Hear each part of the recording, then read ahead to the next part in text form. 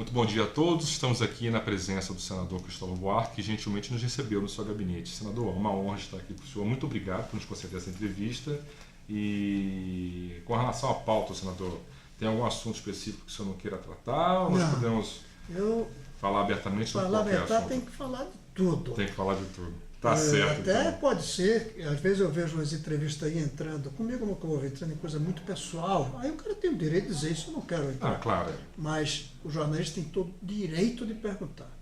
Com certeza, senador. Tudo. Não, a nossa preocupação não seria sobre a sua vida pessoal, mas a sua atuação como parlamentar, né? Seja no Senado Federal, seja como governador do Distrito Federal, né? Inclusive, muita gente criticou a sua gestão à frente do GDF e hoje está mordendo a língua, está pagando, né?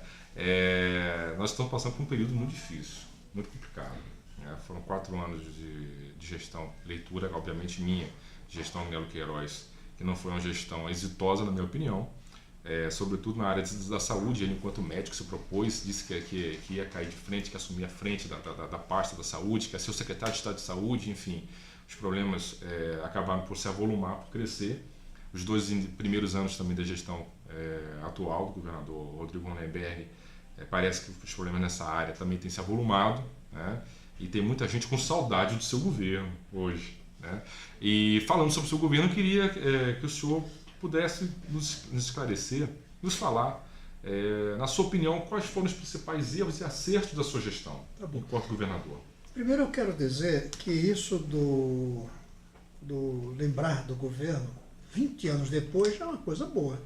Sim. Porque quando se faz uma pesquisa, quais foram os melhores governadores, todo mundo se lembra dos últimos. 20 anos atrás é muito, estão lembrando.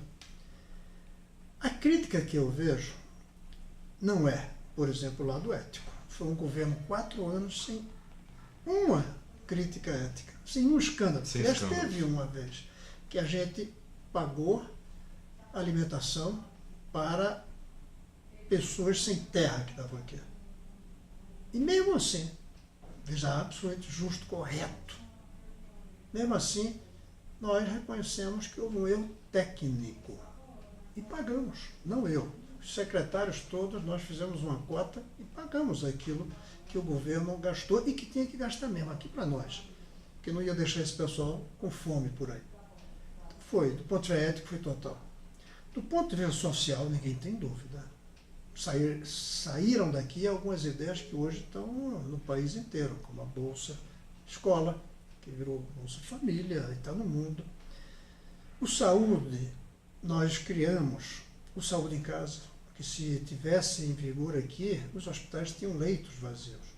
E muitos programas, que aliás, não sei se aqui a gente pode fazer isso, estão aqui nesse quadrinho, eu gosto de ter, onde estão alguns dos nossos programas.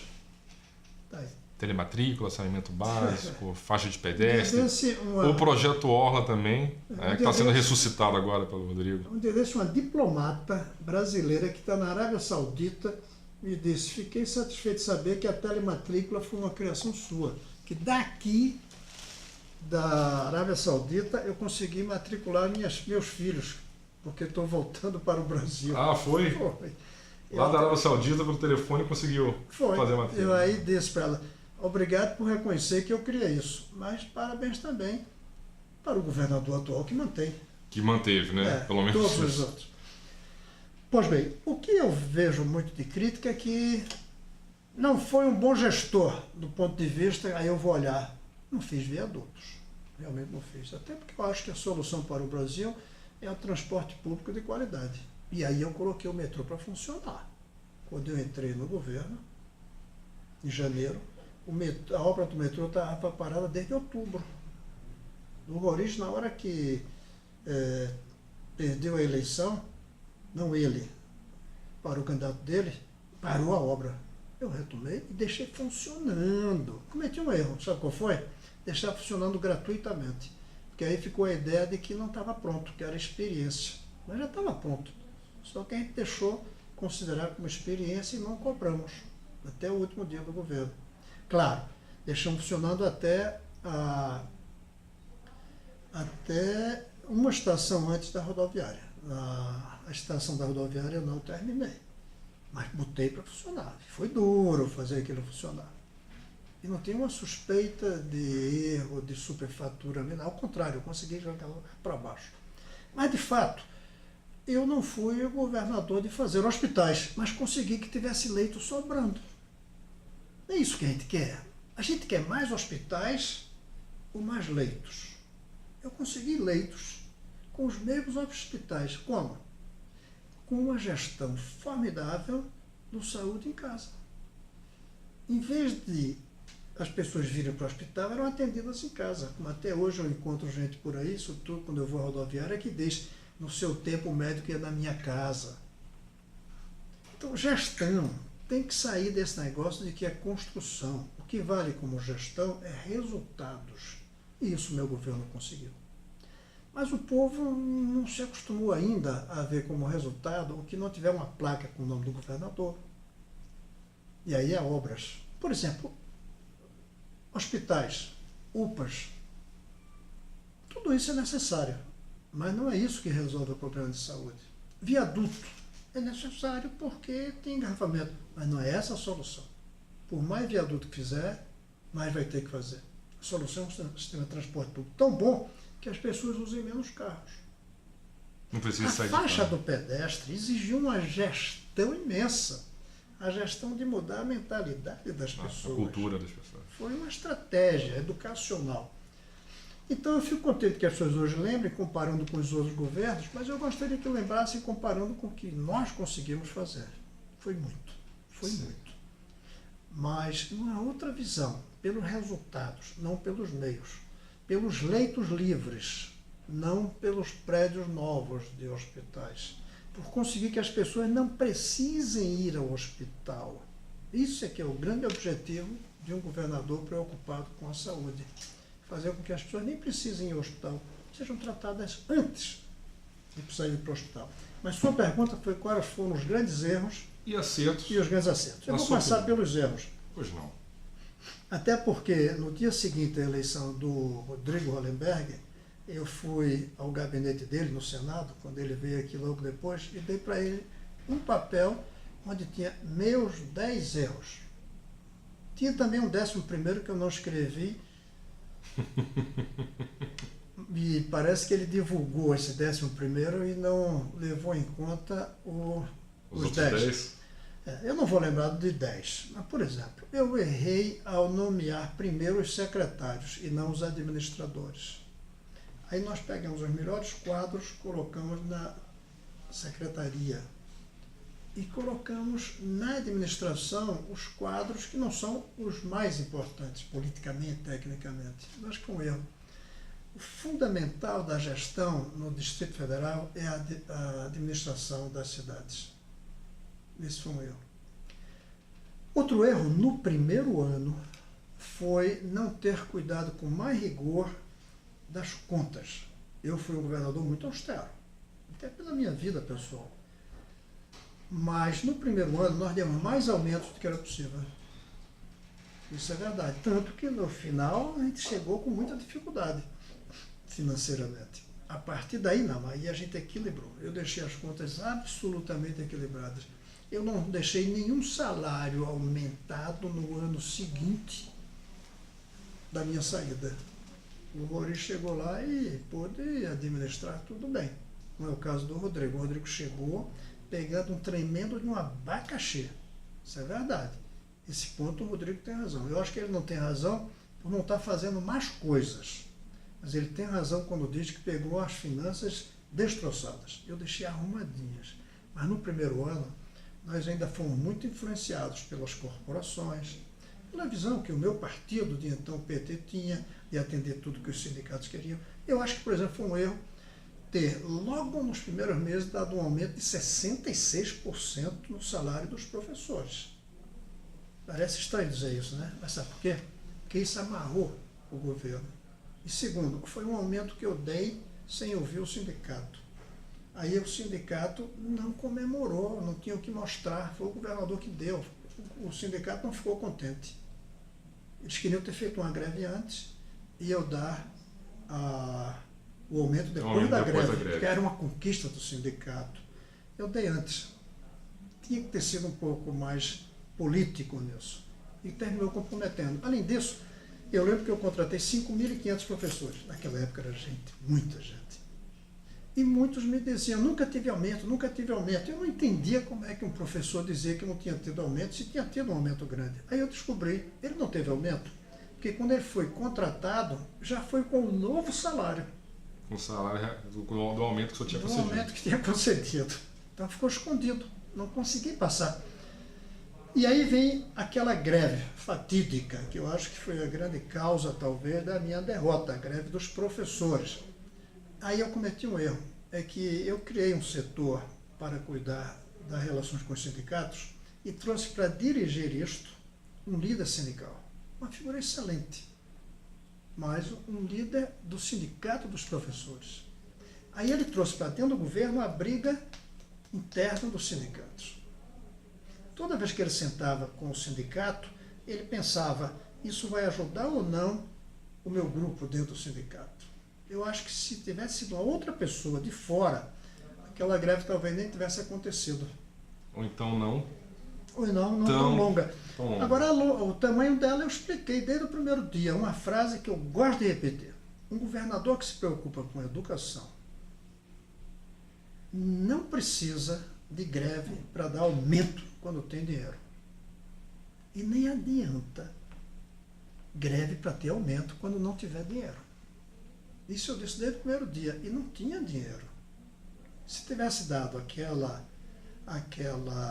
aumento que era pedido, o Roriz tinha vivido o mesmo que o Rodrigo está acontecendo. Esse aperto por conta da folha de pagamento. Esse aperto por conta da folha de pagamento. Sim. Então eu fui responsável, só isso. E paguei um preço muito alto, até porque fica a imagem. O governador da educação, como eu sou conhecido no Brasil inteiro como senador, teve uma greve longa. Aquela greve longa foi por disputas internas no sindicato dos professores. O Simpro, DF. O Simpro. Pelo fato, meu erro, de ter trazido para negociar com os sindicatos em todas as áreas, alguém que era de sindicato, exatamente o sindicato dos professores não tinha o distanciamento necessário para negociar. Então esse foi um erro. Eu acho que foi um erro, por exemplo, eu não ter, eu sei que naquela época não tinha tanta importância, não ter implantado algumas escolas bem diferentes das outras, para poder dizer, olha ali aquela escola, do ponto de vista do horário integral. Devia ter feito o horário integral em algumas escolas. E aí devia ter feito aquilo que eu só vim descobrir quando fui ministro, já muitos anos depois de ser governador, que é a ideia de fazer a revolução por cidades. Eu podia ter escolhido uma cidade, e aí sempre tinha a cabeça para Islândia, Candangolândia, e ter mudado todas aquelas escolas daquela cidade. Tirar todos os prédios que ali existiam, que são muitos, de fazer novos prédios, negociar com o sindicato que eles resistem para um aumento, inclusive, do salário daqueles professores, e tudo com horário integral, e com professores com absoluta dedicação exclusiva, que é o que eu defendo para o Brasil, né? É uma nova carreira do magistério. Eu podia ter feito no Distrito Federal, mas a gente não pensa as coisas antes de chegar o momento. O momento disso foi depois, quando eu fui ministro, e tentei em 29 cidades, mas só fiquei poucos meses no ministério, não deu tempo. Aí virou minha bandeira no Senado. Então tem erros. Se eu for procurar aqui, vai cansar lembrando. Agora o acerto, como vou dizer, é um acerto. Quando eu assumi, eu fiz uma lista do que eu chamei, até hoje está no meu computador, projetos trans-crise. Projeto que a gente ia levar adiante com dinheiro, sem dinheiro, do que fosse o jeito. Se não tivesse dinheiro, fazia com menos dinheiro. Se tivesse dinheiro, fazia com dinheiro. E eu levei adiante quase todos os projetos trans-crise. Eu acho que esse foi um grande acerto. Eu acho que um grande acerto foi o rigor na fiscalização de cada um de nós. As pessoas até dizem que eu fui um governador que teve 4 anos de um governo com ética. Mas não foi só eu não, todos os secretários. A minha vice-governadora, Arlete Sampaio, que na verdade foi mais do que vice-governadora, ela foi uma co-governadora. Eu devo tudo que eu acertei a ela também. Alguém falar mal da Arlete Sampaio? Do ponto de vista de gestão, de ética? Não. Nem de nenhum dos secretários. O secretário que construiu o metrô, por exemplo, Hermes de Paula, mora até hoje no mesmo apartamento. Não tem um secretário que pode dizer enriqueceu na secretaria. Esse foi um acerto, a escolha. E aí eu devo ao PT daquela época. Depois, a gente sabe o que aconteceu com muita gente do PT. Mas o PT daquela época foi fundamental no meu governo. Eu governei com o PT. Certo. Você não se importa chamá-lo de governador, não, né? É a força do hábito. Não. Você que só prefere professor, chamar né? de professor. Você que só prefere professor. Ou de pernambucano, que é o maior título que eu tenho. Tá certo. Professor, o senhor entregou, então, essa recomendação, orientação, eu não sei como é que eu poderia colocar, ao governador eleito, até então eleito, Rodrigo Hollenberg. Ele seguiu essa orientação? Não, que eu saiba, não. Por que ele não seguiu? Não sei. Isso é uma coisa que me incomoda, sabia? Como morador do Distrito Federal, nem só como político, eu, como Regufe, tivemos um papel importante na eleição. Na eleição dele. Aliás, nem só na eleição, na escolha dele. Se o Regufe quisesse ter sido candidato ao governo, era Regufe. Teria sido ele. Era ele. Teria então, sido Hollenberg só foi candidato que Regufe quis. Houve esse consenso, então? Regufe quis. Primeiro, por não ser o candidato. Segundo, por convencer o PDT, e teve muita dificuldade. Em convencer o PDT. E convenceu o PDT. O PDT queria lançar o nome do Regufe, então? Queria do Regufe, depois queria do Joe. O Joe Vale, então, naquela época já era o nome, já era considerado um candidato em potencial ao governo. Teve gente que chorou quando a gente escolheu o quando o nome do Rodrigo acabou sendo placado. Então, o Rodrigo ignorou tudo isso. Depois, essa coisa que eu mostrei mesmo, esses projetos, eu não vi ele pegar essas ideias, nenhuma. Nenhuma delas? Nenhuma. Eu acho estranho, professor, pelo seguinte, porque ele agora recentemente deu uma entrevista para o Correio Brasiliense que ele fala que o senhor poderia participar mais. Entendeu? Aí eu fiquei sem entender nada. Eu falei, o que está acontecendo? Ele disse certo, eu devia participar mais. Ele só não disse que eu não participo porque ele não quer. Porque eu não quero. Agora, diferente. Tem gente que participa, eu acho que o Rodrigo gosta, indicando gente. Não, eu não indico. Você acha que a participação que ele se referiu, na verdade, seria indicando cargos para o GDF? Ser essa. Porque o senhor tem cargo no GDF? Não, nenhum. Nenhum cargo de cargo? E tem uma pessoa no GDF que tenha saído de indicação. Indicação do senhor? Nenhuma. Mas é pior. É de que no governo Agnello não tinha ninguém que eu tivesse indicado. Mas tinha uns 10 pessoas que eu indicaria, se fosse preciso. Do governo Agnello? Do governo Agnello. No governo Rodrigo eu não indiquei, não tem ninguém desses que eu teria indicado, provavelmente. No governo Agnello eu não indiquei ninguém. E a relação não foi boa. Mas tinha 10 pessoas com as quais eu poderia falar se quisesse mandar um recado para o Agnello. Tem uma pessoa ao redor do Rodrigo que eu possa usar para mandar um recado para ele. Você hoje não tem esse contato, essa comunicação? São pessoas que eram desconhecidas por mim até saber que foram nomeadas. Não tem. No caso do Agnello, eu não indiquei ninguém, mas tinha muita gente que eu poderia dizer, pessoas que foram ligadas a mim, pessoas próximas a mim. No caso do Rodrigo não tem. Agora eu procuro demais. Vou dar exemplos concretos. Um tempo atrás chegou aqui o prefeito de São José dos Campos e fez uma fala sobre a internet nas escolas dele. Certo. Terminou a fala do prefeito, eu liguei para o governador. Há mais de um ano. Disse, governador, qual é a sua dívida? Ele disse, se eu não me engano, 3 bilhões e 500 milhões. Eu disse, governador, mudaria muito se fosse 3 bilhões 570? Ele disse, não, a mesma coisa. Eu disse, sabe qual é a diferença? É que com isso o senhor poderia ter informatizado todas as escolas, que é o que custou lá em São José dos Campos. Mande seu secretário lá. Nunca. Fui visitar um dia desses o Espírito Santo. Bem, já faz uns 8 meses. O governador me levou para visitar uma escola maravilhosa que ele tem lá, desde que eu não disse fez. Aí, como é que fez isso sem dinheiro? Não fez. Eu aluguei um prédio que já existia. Eu pedi que o dono do prédio equipasse o que eu queria e que cuidasse da manutenção. E aí eu peguei os professores da rede e levei para lá. Hoje é uma escola excelente em horário integral. Não gastou tanto, que é um aluguel. E a manutenção é esse cara que faz, então isso é barato. Liguei para o governador de lá do Espírito Santo, de Vitória. Disse, olha, estou vendo isso aqui, mande ver como é que é. Não adiantou nada. levei essa lista dos projetos do meu tempo, que, aliás, uma das vezes que eu fui lá, ele tinha botado na parede, não sei se ainda está. Aquilo foi logo no governo. Eu já cheguei a ligar para o governador e dizer, governador, em que é que eu posso ajudar? No meio de uma greve. Porque eu me lembro que houve uma greve do governo Agnello, e olha que a minha relação com o Agnello era pior, pessoalmente. Do que com o Rodrigo. Pessoalmente era. Apesar do Agnello ser do partido do qual o senhor veio. Mas pessoalmente era. Até porque aqui eu convivi muito tempo com o Rodrigo. Mas aí teve uma greve da saúde. Eu não tinha boa relação com o Agnello. Peguei aqui, liguei e fui lá falar com ele. Saí e lá de fora fiz um apelo aos sindicalistas, aos funcionários da saúde, para que voltassem para dialogar com o governador. Fiz um gesto. Me queimei nesse público. Me lembro bem que o pessoal do sindicato me criticou muito, que disse que eu devia ter pedido ao governador para receber o sindicato e não pedir ao sindicato que suspendesse a greve para depois ser recebido. Quando teve uma greve aí, eu liguei para o governador Rodrigo, posso ajudar? Em quê? Aí ele veio dizer, não, está faltando tantos votos na Câmara Legislativa. Eu aí fico decepcionado.